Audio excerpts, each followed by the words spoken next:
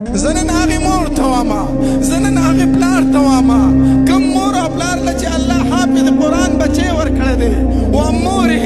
پلاره ته به په یو مجلس کې ناست یې خلک به د فخر خبرې کوي خلک به د لویۍ خبرې کوي خلک به د تکبر خبرې کوي څوک به وایي قام نسب مې اوچت دی څوک به وایي ګاډې بنګلې مې زیاتې دي څوک به وایي مال جایداد را سره زیات دی څوک به وایي جوړې جامې مې زیاتې دي څوک به وایي کالي پترې مې زیات دي مورې ته به چپ ناستی پلاره ته به چپ ناسې ته به هېڅ نه وایي چې کله دوی خپلې خبرې ختمې کړې ته په آخر کې یوه خبره وکړه قام نسب مې نشته مال جایداد مې نشته ګاډی بنګله مې نشته جوړې جامې مې نشته کالي پترې مې نشته دی خو الحمدلله الله حافظ قرآن بچی را کړی دی او زما محبوب فرمایلی دی چې ان بهاء امتی وشرفها القرآن زما امتیان چې فخر کوي نو په قرآن به کوي پلاره چې څومره فخر درنه کېږي وایي که په دې حافظ قرآن بچي باندې په دې حافظ قرآن بچي باندې څه وکړه فخر وکړه پلاره الله عالم بچی درکړی دی پلاره الله حافظ بچی درکړی دی د چا څه شي ته مه ځېرېږه مال خو الله نمرود لم ورکړی و مال خو الله شیطان لم ورکړی و مال خو الله قارون لم ورکړی و مال الله هر چاله ورکوي حافظ قرآن بچی هغې چاله الله ورکوي چې په مخ د ځمکه الله نظر ور واچوي په خپلو بندګانو کې چې کوم انسان خوښ شي هغه له حافظ قرآن بچی ورکوي تعالی الله حافظ قرآن بچی درکړی پلاره تعالی الله حافظ قرآن بچی درکو مورې دا یې داسې نه دی درکړی الله په دې خپلو بندګانو چې نظر ور واچو د منځ نه یې ته راواغستې او الله حافظ قرآن بچی درکو الله حافظ قرآن بچی درکو فخر وکئ خوشحالي وکئ په دې بچي باندې او دا مونږ چې نن په سکون او په آرام باندې ژوند تېرو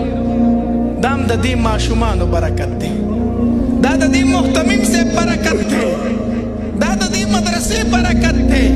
دا د دې مدرسې د استادانو برکت دی چې موږ نن په سکون او په آرام باندې ژوند تېرو حدیث مبارک کې راځي نبی علیه الصلاة والسلام فرمایي کله چې الله تبارک وتعالی یوې علاقې ته وګوري چې په دې علاقه کې هر قسمه ګناه شروع ده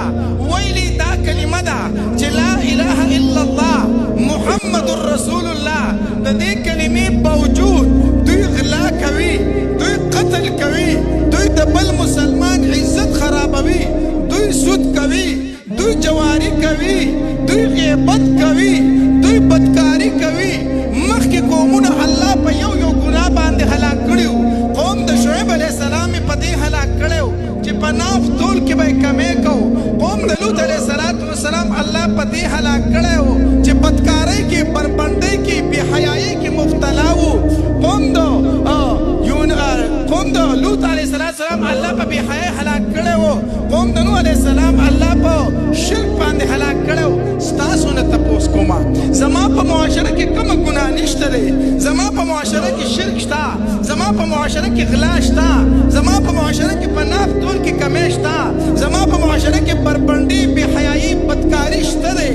کومه ګناه ده چې زما په معاشره کې موجود نه ده الله تبارک وتعالی چې وګوري دا علاقې والا ګناه کوي الله له غوسه ورشي چې په دې علاقه باندې خپل عذاب نازل کړي حدیث مبارک کې راځي خو چې الله تبارک وتعالی په دې بندګانو نظر ور واچوي په دې بندګانو کې په مدرسه کې په جومات کې څه واړه واړه ماشومان دي چا سپاره راغستې ده چا قیده راغستې ده په دې وړو وړو شونډو په دې وړو وړو چپو دغه د الفاظ دي بسم الله الرحمن الرحیم الحمد لله رب العالمین دا ماشومان په وړو